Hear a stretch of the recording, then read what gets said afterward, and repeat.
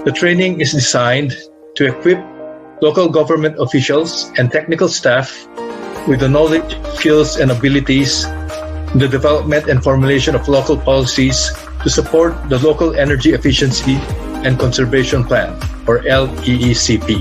I am hopeful for this training activity to learn more and to adopt the same with respect to my line of work. Exciting, committed, and of course, continuous learning. I'm a public art student, so this is very relevant sa akin. We expect na talagang very full of learnings with regards to the energy policy developments. And so I am glad to partake with this activity and looking forward for additional knowledge to enhance my discipline as environmental science graduate. This course is very timely. We're getting there and feeling victorious on this one.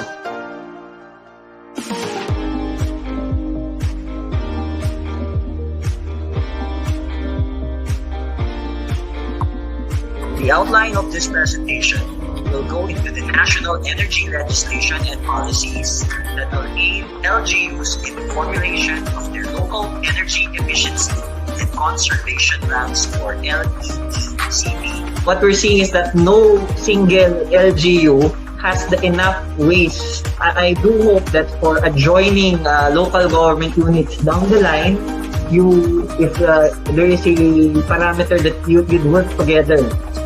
This is what you can bring down at the LGU level.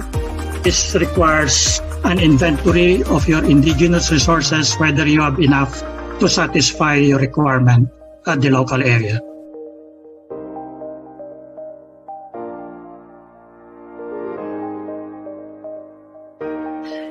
Energy efficiency means you do more for less energy. You can also state this in terms of being independent, in terms of energy resources.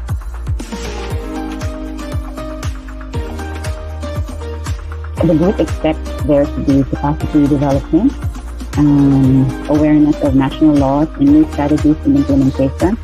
Our goal is able to contribute in the policy making of the LGU for a comprehensive and systematic energy efficiency and conservation program. We want to learn about energy legislations and policies. So not just to understand, but to know how to implement it on the ground. It's important that the participants know the best practices for the ongoing initiatives. To better understand the national and local energy development policies and frameworks, learn the tools and methodologies to project and set targets for renewable energy and energy efficiency. You now bring to mind the things that you want to happen this week, and at the same time provide a yardstick for you to measure how effective the program was for you. Yes, this is the recap of day 2 by Group 2. Dr. Francisco Beray presented the Module 2 in the National Local Energy Relations and Energy Efficiency and Conservation. That is the challenge to the regulator on how to really determine what is the best policy for both the players and the end users.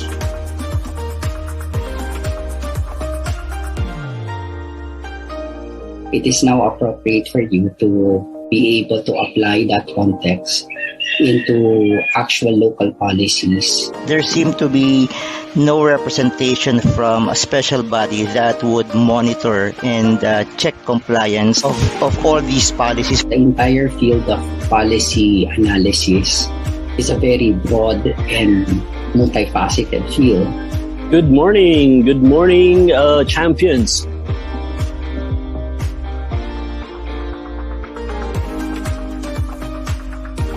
What better way but to celebrate Earth Day together here in our week-long policy development course. Very important salient points that are existing issues right now, especially this missing public goods, monopoly, policy system.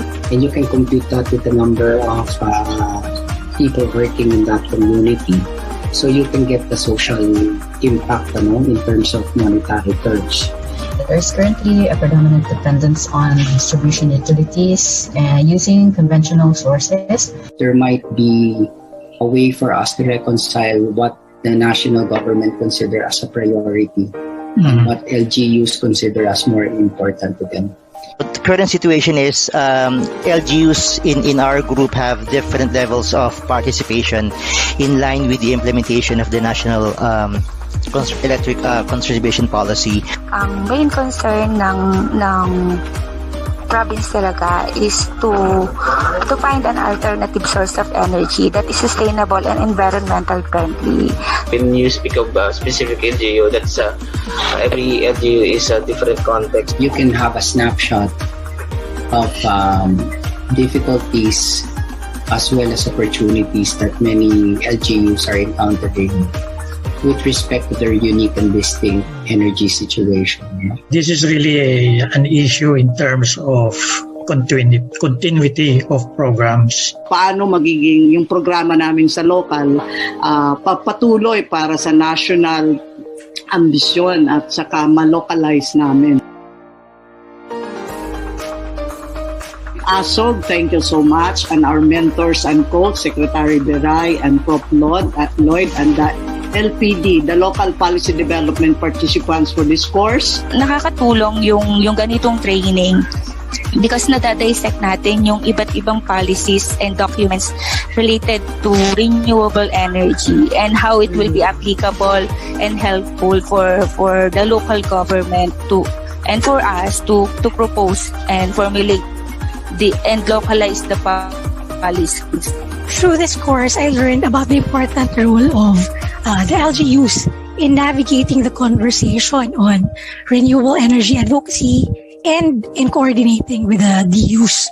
The decision is always must be closer to where the action is.